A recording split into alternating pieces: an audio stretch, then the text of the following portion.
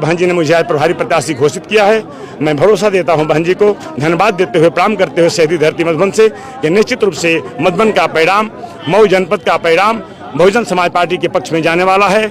मैं अगर संघर्षों के बल पर जो यहाँ केसरिया को एक संकल्प के साथ थोड़ा उदय करने का अवसर दिया था, वह अब ढल रहा है शाम, अब वह नीले के रूप में तब्दील हो जाएगा। मधुबन में बेरोजगारी और पलायन को लेकर आप क्या करेंगे?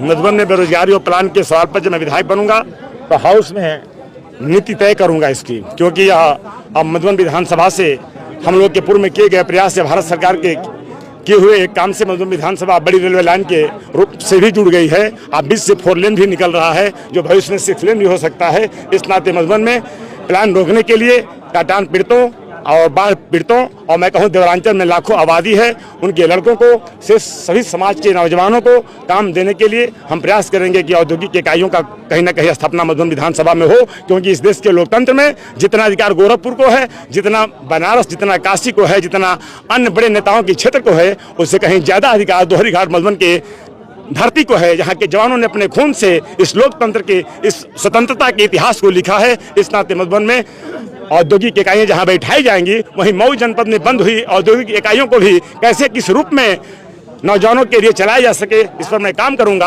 आज जर्जर चीनी मिल जो मऊ बलिया में गई थी, 12 दिन पर 15 दिन पर चल के बंद हो गई है, किसान गन्ने खेत में जला दिए हैं। उस चीनी मिल को हाउस में जाते 90 दिन के भीतर ही हाउस के सदन से नहीं, हाउस के विधानसभा के अध्यक्ष जी से, आज चाहे सरकार में अगर बहन जी मुख्यमंत्री बन गई तो उनसे वार्ता करके आपको भरोसा देता हूं कि चीनी मिल को एक आधुनिक चीनी मिल के तब्दील में कराऊंगा, जो चीनी मिल चालू भी होगी और फिर किसानों के लाखों किसानों के गन्ने चीनी मिल में जाएंगे। तो 27 में बड़ी चुनौती मानते हैं आप? हम चुनौती ही स्वीकार किए हैं। मेरा चुनौती स्वीकार करने का छात्र जीवन से स्वभाव है, तभी तो मैंने मधुबन को चुना था। नहीं तो यहाँ मधुबन में भारतीय जनता पार्टी आजादी के बाद कभी थी कहाँ? मैं आया था तो कहीं पता था।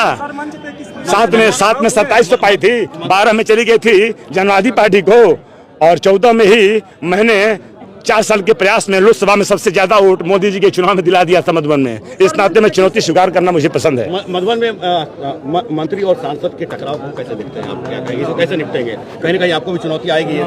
किसी भी मंत्री और किसी भी सांसद, किसी भी माननीय विधायक के लड़ने लड़ाने का निर्णय उस पार्टी के मुखिया का होता है। यह मेरा निर्णय नहीं है।